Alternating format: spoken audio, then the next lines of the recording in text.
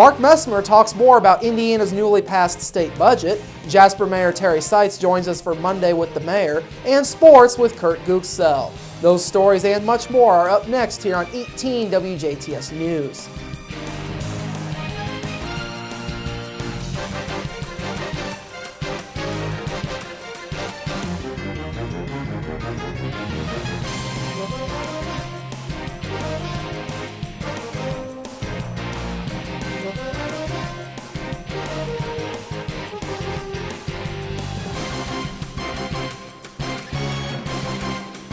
Hello, I'm Bradford Raths. In your news, the Indiana House and Senate officially passed the state's next budget early Saturday morning before adjourning for the year. The new budget calls for funding increases in both road improvements and in education, both at the K-12 and higher education levels. Indiana District 63 State Representative Mark Messmer says instead of 12 cents out of the 18 cents per gallon fuel tax that the state currently collects going towards road improvements, all of that 18 cents raised from each gallon of fuel for the fuel tax would be put into road improvements, along with 20% of the money raised on the sales tax for gasoline. He says overhead costs, such as BMV operation costs, that were previously paid by fuel tax, will be paid out of the state's general fund under the new budget. Messmer says the change in the structure of funding road work is long overdue. As mileage rates have gone up on vehicles and fuel costs have gone up, the impact of that has been gallons of fuel consumed have trended down steadily for the last 10 years. So it was really time to make a structural shift in how we were allocating that money and getting all that fuel excise tax committed to road work. The budget also sets aside $200 million per year to create the Major Moves 2020 Fund for funding future road improvements and projects across the state, such as the completion of I-69 between Bloomington and Indianapolis. The budget also calls for increases in K-12 and higher education funding, which are already at their highest funding levels in state history.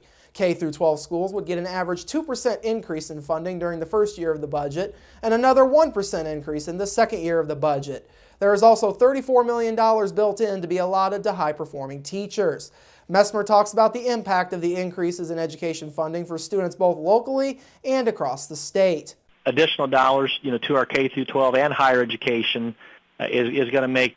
On the higher education side of thing, it's going to make education more affordable for kids who are looking for education beyond high school, and for K-12. It's going to get operating funds, caught back up. The budget also includes about a 5% income tax cut phased in over 4 years, starting in 2015, which is half of the tax cut that Indiana Governor Mike Pence had been pushing for, as well as the elimination of the inheritance tax. The local economic development group Du Bois Strong has announced the commitment of $10,000 to the Interstate 67 Development Corporation in support of the ongoing effort to establish an interstate highway corridor through south central Indiana. The decision to support the initiative comes after the publication of a feasibility study in 2012 and a recent trip by local officials and business leaders to Washington, D.C. aimed at raising awareness within Congress of the need for an improved highway corridor. The proposed I-67 would upgrade part of US 231 to interstate quality, and a new 38-mile section of road would be constructed east of the current highway to connect to Interstate 69 at Washington. The road would run on south to Owensboro before continuing on to I-65 at Bowling Green.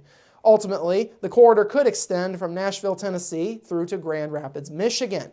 One important objective for the coalition, which is led by OFS Brands CEO Hank Menke, is to secure a place on INDOT's list of high-priority corridors. The list is now being studied, and at the end of this year, a government-appointed Blue Ribbon Commission will meet to prioritize each of the 19 projects on their list. Projects in Tier 1 will be recommended for completion within 5 years. Tier 2 projects should be completed within 6 to 8 years, and Tier 3 projects should be finished in 15 to 20 years.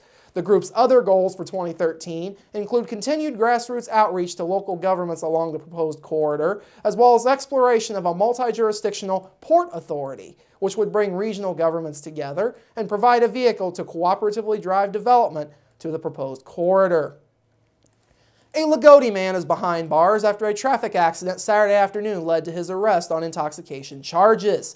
Indiana State Police say that Martin County Dispatch received a call at approximately 1:35 p.m. Saturday afternoon of a possible personal injury accident on State Road 550 at Able Hill Road involving a silver Ford Focus. Police say dispatch was also informed that a vehicle matching that same description had damaged the concrete wall in the 8600 block of Progress School Road and left the scene.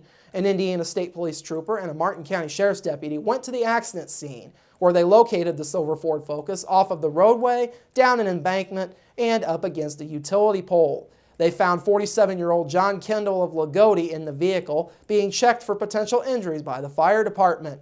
The state police trooper who responded to the scene noted several alcohol containers in Kendall's vehicle, along with other items that suggested that Kendall was intoxicated.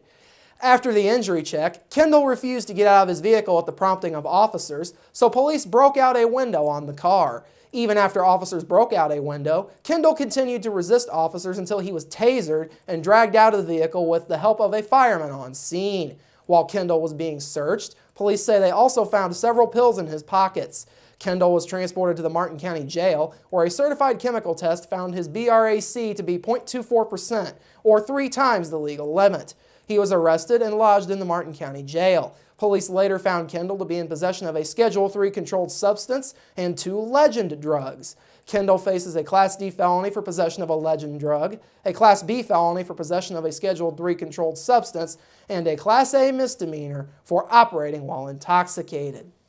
Coming up after the break, Jasper Mayor Terry Seitz joins us for Monday with the Mayor, plus 80-degree weather makes its return to the area in your local forecast, sports with Kurt Guxell, and Inform featuring Jasper High School senior Marissa Rogers. That's all coming up next here on 18 WJTS News. Local people watching local people.